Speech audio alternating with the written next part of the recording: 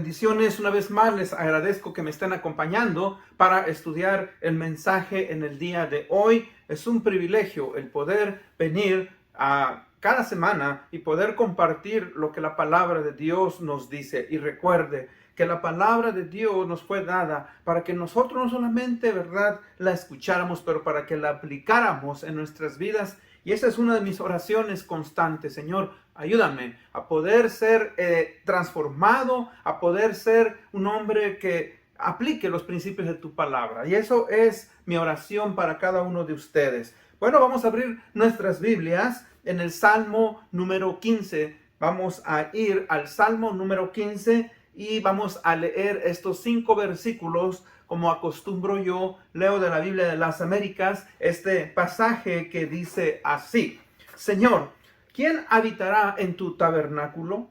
¿Quién morará en tu santo monte? El que anda en integridad y obra justicia y habla verdad en su corazón. El que no calumnia con su lengua ni hace mal a su prójimo, ni toma reproche contra su amigo, en cuyos ojos el perverso es despreciado, pero honra a los que temen al Señor. El que aún jurando en su perjuicio propio no cambia. El que su dinero no da interés ni acepta soborno contra el inocente. El que hace estas cosas permanecerá para siempre.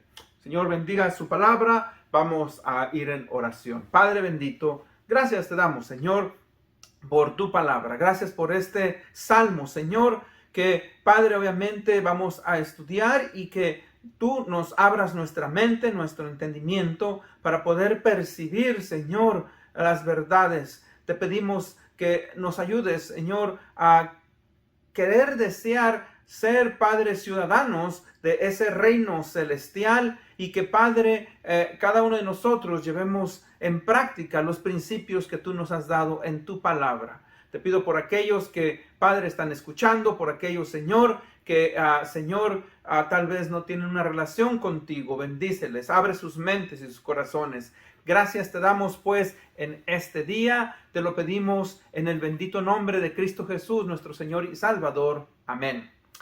Bueno, en este día vamos a estudiar el Salmo 15. El Salmo 15, ¿verdad?, es un salmo precioso, muy corto, pero nos habla, ¿verdad?, de las características del ciudadano del reino celestial. Y eso es el tema de hoy. ¿Cómo es que uno puede llegar a estar en la presencia de Dios? ¿Cómo debe de ser aquella persona que quiere, ¿verdad?, ser ciudadano del reino celestial? Ahora, si yo hiciera una pregunta, la pregunta que hago muchas veces es: ¿quién quiere ir al cielo? Y siempre que pregunto a las personas, ¿usted quiere ir al cielo?, usualmente casi el 95%, 99%, pues me dicen: sí, yo quiero ir al cielo. Todo individuo, todas personas queremos ir al cielo, tanto buenos como malos, ¿verdad? Todos quieren estar en el cielo. Ahora, no es que esté mal, todo mundo anhela, todos queremos ir al cielo, pues es algo bueno, ¿verdad? Como seres humanos que tenemos un alma, un espíritu y tenemos ese anhelo de las cosas espirituales, aunque a veces no sabemos cómo llenar y satisfacer el vacío espiritual que hay en nosotros, pues queremos, ¿verdad?, ser copartícipes del reino celestial y estar con Dios. Ahora, eso es algo muy importante. El ser humano fue hecho a imagen y semejanza de Dios, tiene un espíritu, un alma, y como consecuencia de ello, obviamente, ¿verdad?, él anhela estar en la eternidad con Dios. Hay una enseñanza, se llama el Catecismo Menor de Westminster, que fue hecho a mediados del siglo XV, en el año de 1600. Y empieza con la primera pregunta, ¿verdad?, de este documento es: ¿cuál es el fin principal del hombre? A lo que responde: el fin principal del hombre es el de glorificar a Dios y gozar de Él para siempre. O sea, que en otras palabras es, ¿verdad?, que el hombre aprenda a darle honra y gloria a Dios y que pueda disfrutar de una relación eterna con Dios, tanto en esta vida como en la otra vida, o lo que llamamos el cielo. O sea que fíjese que Dios quiere que toda persona goce de su presencia eternamente, pero obviamente hay ciertos requisitos para poder estar y gozar de la presencia de Dios eternamente. Por eso el versículo 1 nos dice, el Señor, él está preguntando, David, Señor, ¿quién habitará en tu santo tabernáculo? ¿Quién morará en tu santo monte? ¿Quién habitará en tu tabernáculo? ¿Quién morará en tu santo monte? Ahora, entonces fíjese que él está haciendo esa pregunta. ¿Cómo es que podemos estar eternamente contigo en el cielo? ¿Cuáles son entonces esos requisitos que el ser humano, ¿verdad?, debe de llenar para estar con Dios eternamente? Ahora, es bien importante esa pregunta. Es bien importante. Ahora, en la historia, en la Segunda Guerra Mundial, la nación, o mejor dicho, los judíos no tenían una nación. Los judíos fueron perseguidos por Hitler, los alemanes, y se dice que alrededor de 5 millones de personas de descendencia judía murieron en los campos de concentración. Pero ellos empezaron a luchar cuando acabó la guerra, y en el año de 1948 la nación de Israel volvió nuevamente a constituirse y reclamaron un territorio en lo que se conoce como Palestina. Y el 14 de mayo de 1948 la nación de Israel fue formada nuevamente. Ahora, el padre de la nación y el primer ministro pues fue un hombre nacido en Polonia llamado David Ben Gurión. Él obviamente hizo un llamado a todos los judíos que se juntaran para que participaran del nuevo Estado de Israel. Ahora, él empezó a hacer esa pregunta, la gente empezó a llegar de diferentes puntos del mundo, y la pregunta que él hizo es, ¿quiénes podrían formar parte de esta nueva nación? Ahora, la gente respondió, algunos dijeron, bueno, todo aquel que pueda trazar su árbol genealógico de sus antepasados. Otros dijeron, bueno, todo aquel que se considere judío y que desee formar parte de esta nueva nación. Otros dijeron que el que pueda probar de alguna manera que es de descendencia judía.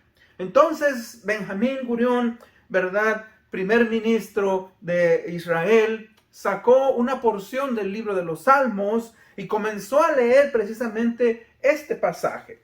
Y dijo que toda aquella persona que llenara estos requisitos que se nos dan aquí, podría ser ciudadano de esta nueva nación. Algo muy, ¿verdad?, muy, muy precioso.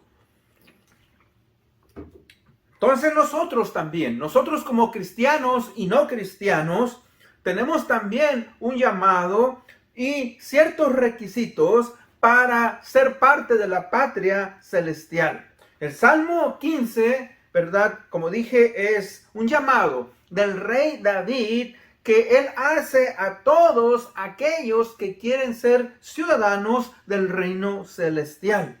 Fíjese que el salmista David describe una serie de requisitos que uno debe de llenar, que debe de cumplir para poder llegar a ser miembro de la patria celestial.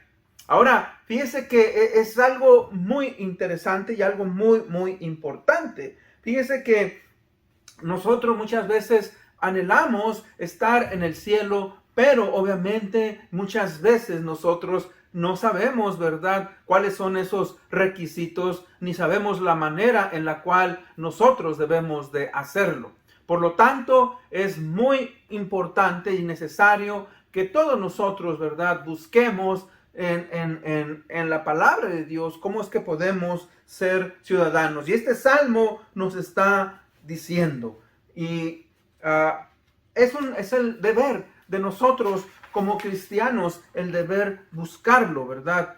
El rey David era un hombre conocido como un hombre conocido conforme al corazón de Dios. Un hombre, ¿verdad?, que constantemente estaba buscando una relación con Dios. Y si usted lee la historia de David en el Antiguo Testamento, perdón,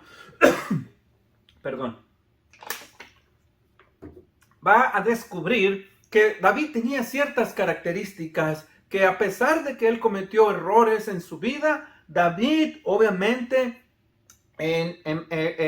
trajo y hizo muchas cosas para tener una relación con Dios. Por eso es importante. David obviamente no era un hombre perfecto, pero tenía ciertas características que muchos de los hombres de aquellos tiempos no tenían. Por ejemplo, él fue un pastor de ovejas, aprendió a defenderlas y cuidarlas de las fieras, y en una ocasión que él fue a visitar a sus hermanos, había una guerra entre los filisteos y los judíos, y Goliat, el famoso gigante, estaba, ¿verdad?, amedrentando, estaba poniendo miedo, estaba él desafiando a los judíos, y estaba obviamente diciendo cosas incorrectas en contra del Dios de Israel. Bueno, para esto, entonces, ¿verdad?, David fue y peleó y mató a Goliat con 5 piedras y con su honda. O sea, un hombre, mis hermanos, que tuvo celo de Dios. Él estuvo dispuesto a dar su propia vida. Y uno de los requisitos, fíjese, que nosotros como cristianos debemos de incorporar si queremos ir al cielo, es, ¿verdad?, que nosotros, mis hermanos, debemos de tener un corazón que quiera honrar y glorificar a nuestro Dios. Por eso Él dice: ¿quién habitará en tu tabernáculo? ¿Quién morará en tu santo monte? Y ahí Él responde: el que anda en integridad y obra justicia.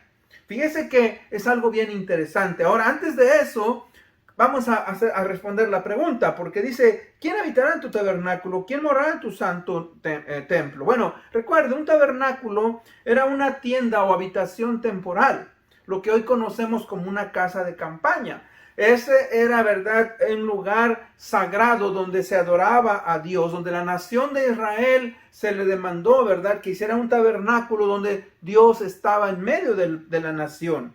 También el tabernáculo puede referirse a veces hasta nuestro propio cuerpo, donde residen el alma y el espíritu.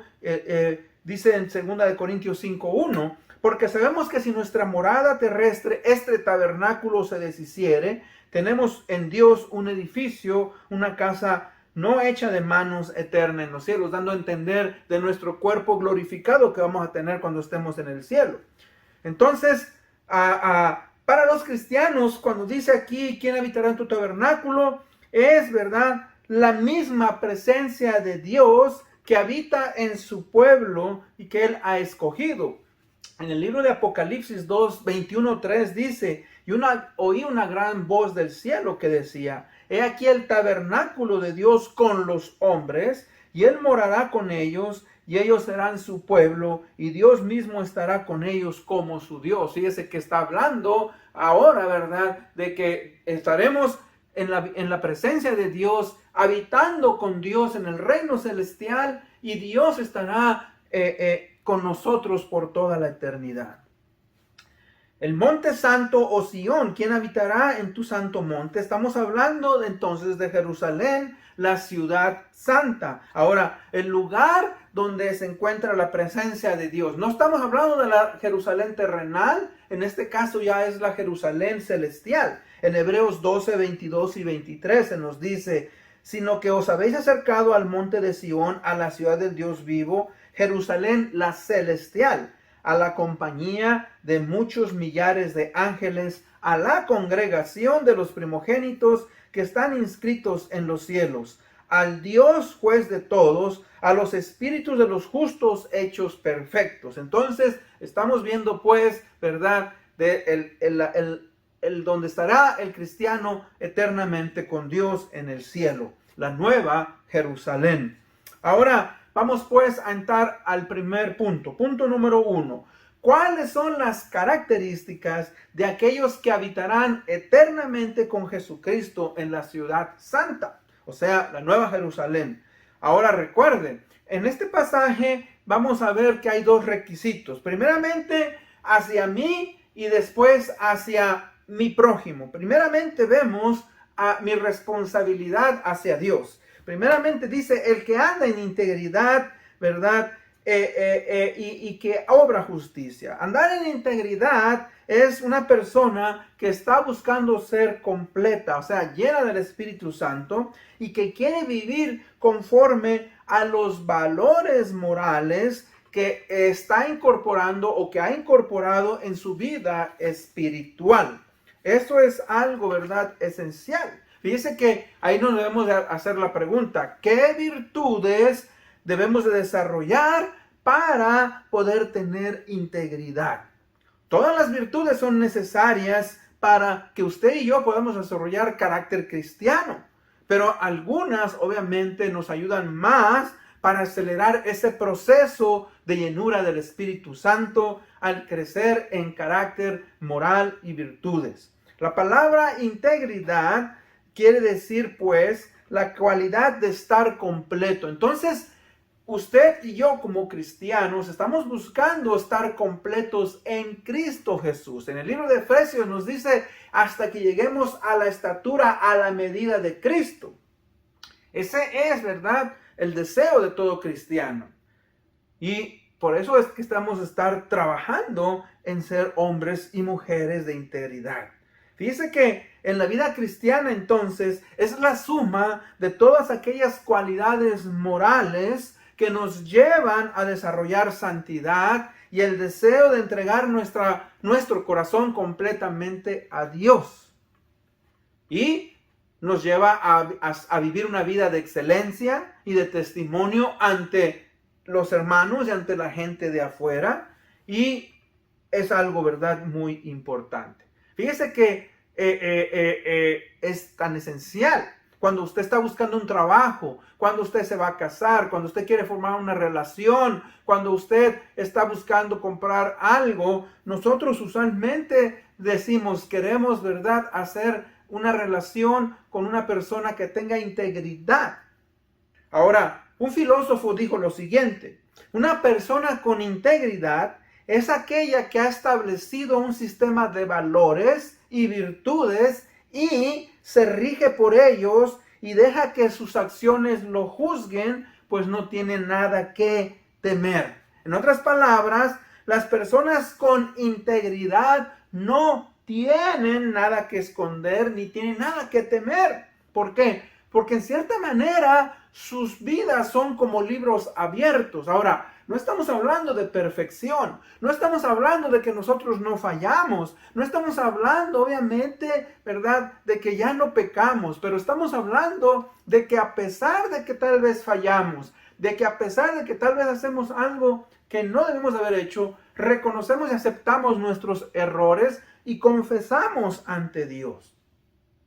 Ahora que estamos en la etapa, la edad, ¿verdad?, de la, le vamos a llamar la vida electrónica, tenemos correos electrónicos, tenemos cuentas en las redes sociales y bueno, y yo seguido, fíjese, recibo en mi correo electrónico mensajes diciendo donde, ¿verdad?, que se ha comprometido mi persona y donde yo, ¿verdad?, hay ciertos documentos que me van a comprometer, en donde yo, ¿verdad?, estoy haciendo cosas incorrectas. Ahora, cuando la primera vez que lo leí, yo lo vi y dije, bueno, esto yo no lo he hecho. ¿Y sabe qué? Pues yo borro esos documentos. Yo no me pongo a temblar. ¿Por qué? Porque sé que mi vida respalda. Yo no estoy haciendo cosas incorrectas. Yo no soy perfecto, pero no estoy haciendo cosas que me comprometan ante el público. Ahora, si alguien quiere difamarme, es diferente. Pero fíjese que yo estoy tranquilo y descanso en Dios, ¿verdad? ¿Por qué? Porque no tengo yo que ocultar. Y no estoy diciendo que soy un hombre perfecto. No, quiero ser mejor persona. Pero fíjese que ahí es donde entra la honestidad. La honestidad, ¿verdad?, es actuar de una manera en la cual buscamos lo que es correcto. La honestidad, fíjese que comienza con nosotros mismos y hacia Dios, hacia Dios. Por eso dice, el que habla verdad en su corazón. Fíjese que habla verdad en su corazón. Y cuando hablamos de corazón, no estamos hablando precisamente del corazón que pompea la sangre. Estamos hablando del corazón que envuelve los pensamientos, las emociones, los sentimientos, la conciencia, la voluntad. Y fíjese que nuestro corazón, ¿verdad?, debemos de analizar nuestras personas. Por eso dice, y habla verdad en su corazón. Que nuestros pensamientos, mis hermanos, nuestras emociones, nuestras acciones, cuando nos delaten que estamos haciendo algo incorrecto, hermanos, confesar y reconocer nuestros pecados. Yo creo que ninguno de nosotros estamos exentos de caer en pecados, pero fíjese, aceptarlos y reconocerlos. Fíjese que si yo no soy honesto con Dios, no voy a ser honesto conmigo mismo.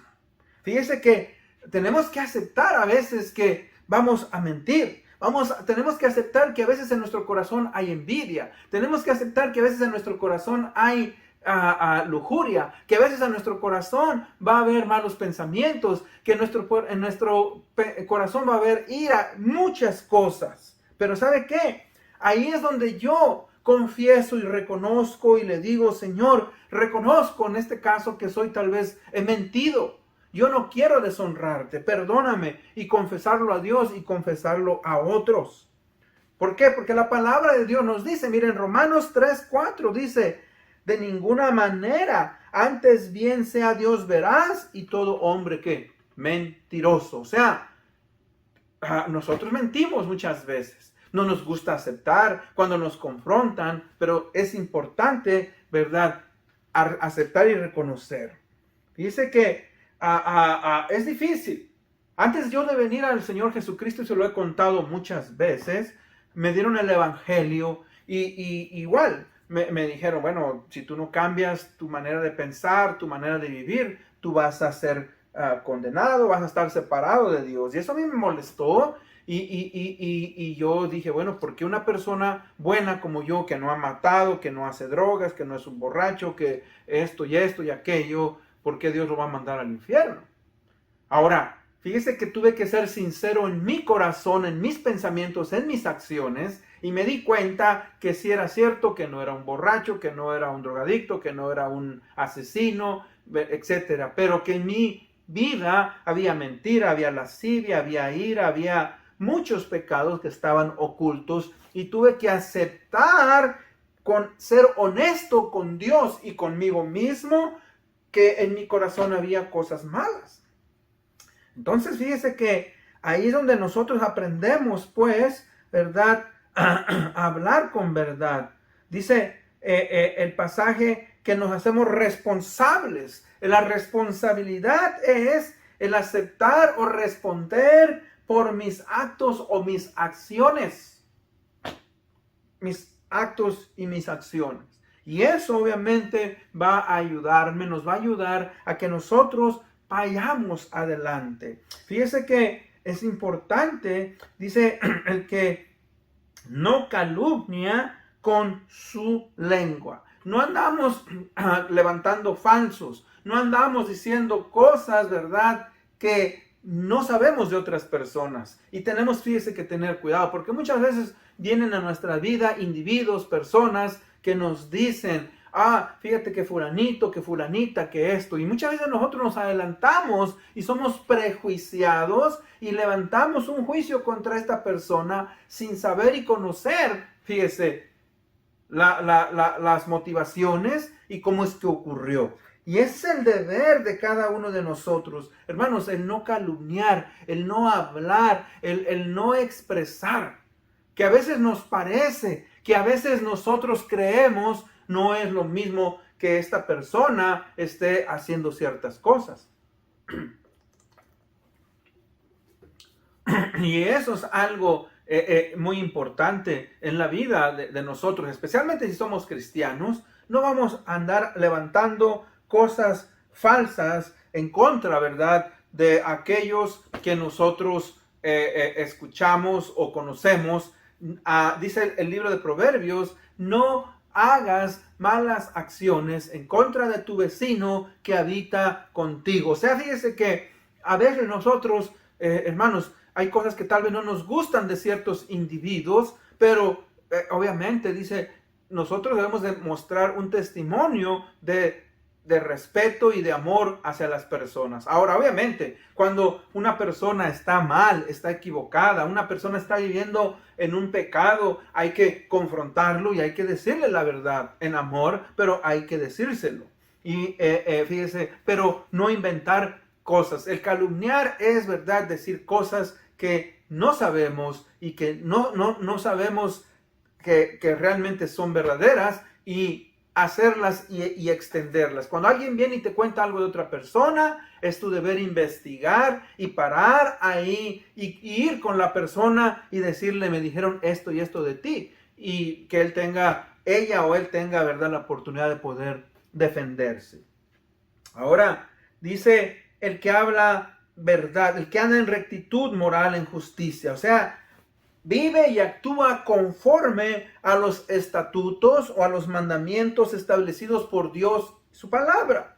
Y eso es algo que nosotros debemos de hacer. ¿Cómo podemos nosotros, hermanos, limpiarnos? ¿Cómo podemos guardar esos estatutos? Orando y pidiéndole al Señor que nos ayude, ¿verdad?, a obrar conforme a su palabra.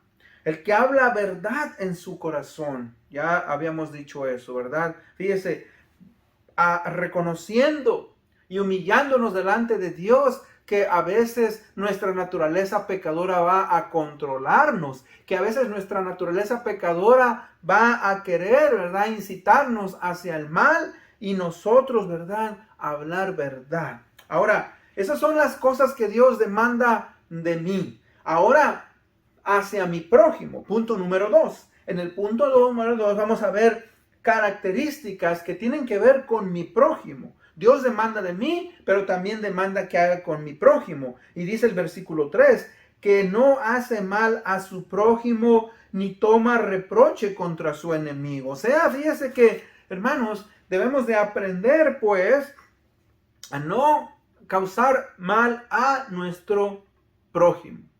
A veces la gente nos nos habla, nos dice cosas que no nos gustan, malas acciones, pero nosotros debemos de aprender, ¿verdad?, a orar. Dice el Señor Jesucristo, orad por vuestros enemigos, ¿verdad? Orad por nuestros enemigos. Y eso es algo que todos nosotros debemos de practicar. Dice el que no calumnia. Calumniar es acusar falsamente con la lengua.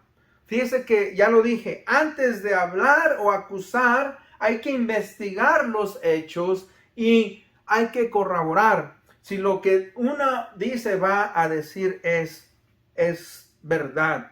Habla verdad, no calumnia con su lengua, ni hace mal a su prójimo, ni toma reproche contra su amigo. O sea, aprender a perdonar, aprender a ser personas que a veces, hermanos, vamos a ser ofendidos, tal vez vamos a escuchar ciertas palabras que no nos agradan, pero fíjese, aprender a perdonar y orar por aquellos que dicen tal vez cosas en contra de nosotros.